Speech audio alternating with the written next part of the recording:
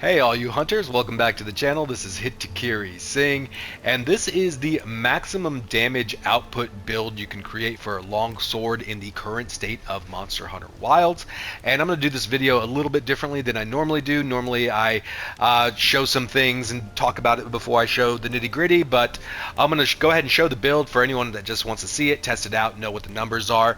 And then we'll go into some details, and we're going to talk about some things while we talk about these skills, and I'm going to show them in action at the end of the video. So why is this build the highest maximum damage output? It's because the damage skills that you're going to run on this can have uptimes that are concurrent and will have uptimes that are concurrent with each other. So there are huge damage skills that are always active, and it all starts right here with your counter 3 charm. I didn't even know this thing was a charm at level 3. I assumed it was level 2, but this kind of makes this build. This is a plus 25 raw bonus that gets procced. It says here when you're knocked back, and that's what everybody talks about. But that's not when it procs. It does proc in those situations, and it procs often, but you control how this procs, because it procs with any move that your weapon has that has hyper armor that absorbs an attack that would have knocked you back as well. And that's super important because this skill has 100% uptime, basically, like 90% at least, when you're pretty proficient with the longsword. This build is not for longsword newer players, people that still need to use divine blessing or fire resistance and poison resist against a Rathalos or Raytheon. This is for endgame. This is for when you're going to utilize your foresight and your ISS to proc your skills, and that's one of the skills, the ISS, your main one for your longsword, that procs this sucker. I'm going to show it all at the end of the video, but this is what makes this build. So let's start off at the top. We're going to have our Guardian Ebony Helm. We want this for the 2 levels of burst that are built in. Burst is a phenomenal skill. If I could just find it. Why can I not find it? Oh, I keep passing it, sorry. I'll edit this out. Burst is a phenomenal skill, and it activates the first time you hit a monster. You get a +2 to your raw, and then the 5th hit procs an additional +5, so it's +7 at 1 level, and it's +12 at 2 levels. Level 1 to level 2 burst is the biggest increase in burst in all the 5 levels. It's basically a 4 or 5 increase, whereas level 3 to level 4, or sorry, level 2 to 3, 3 to 4, and 4 to 5 all increase 2 incrementally. So having burst level 2 is very nice, and this is one of the skills that are going to be easy to proc, and you'll proc it often. And here on the chest piece, you're going to have your Arc Vulcan male beta for the weakness exploit. We need to make up that weakness exploit because we don't have it in our charm now. And you get a level 3 slot and a level 2 slot. Very handy. Might as well show you what we're going to put in there.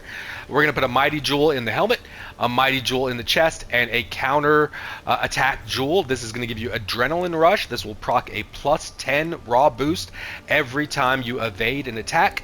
But for the longsworders, that's every time you also do a Foresight Slash as well.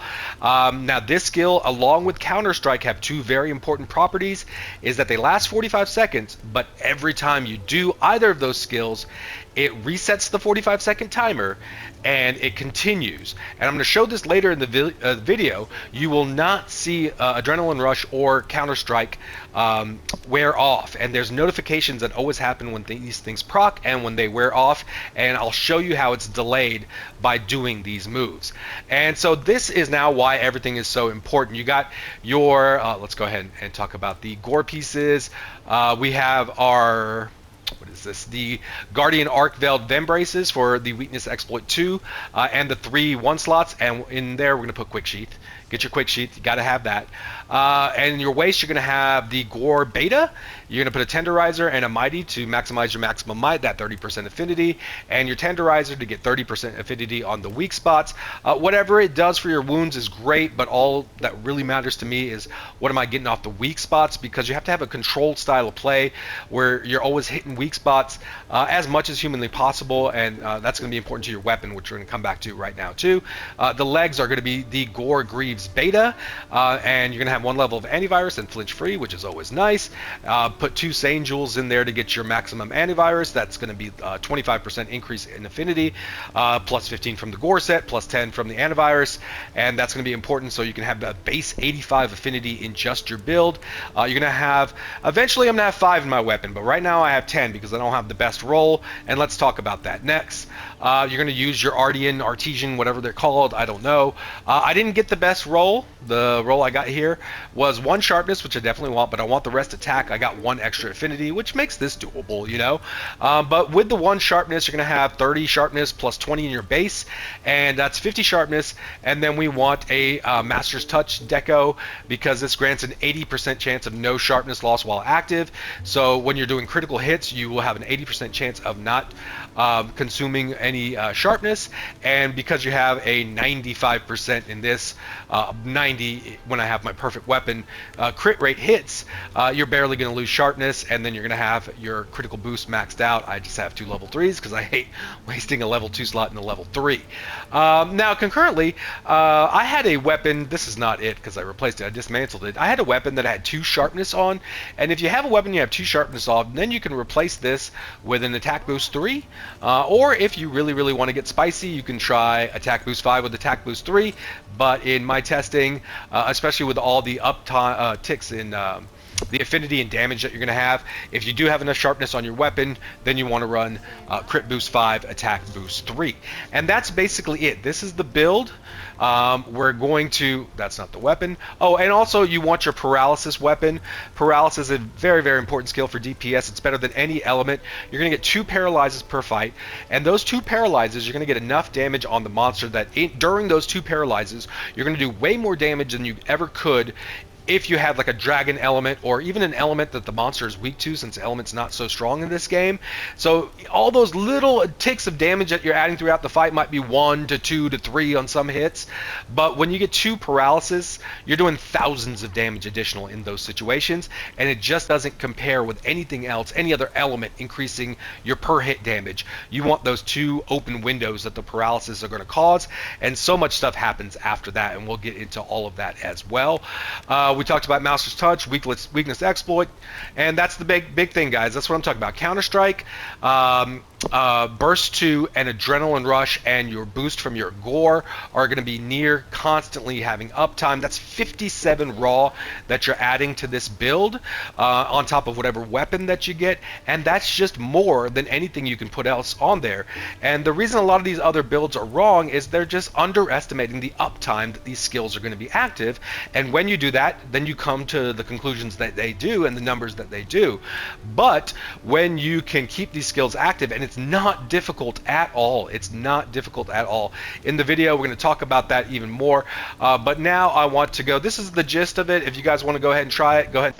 So the foundation of the build is to keep Counter-Strike and Counterattack active, and you're going to do that with your Foresight / here and your EI / here, and often in this sequence. There's so many times in the fight, as long as you're a little bit patient, is just to wait for an opportunity to Foresight / and then you can immediately set up his next move for an EI / and you'll proc both. This time I didn't because I already had them procced, and the damage numbers are just quite impressive. This is not even hitting weak spots yet. Just look at the numbers that you're going to get.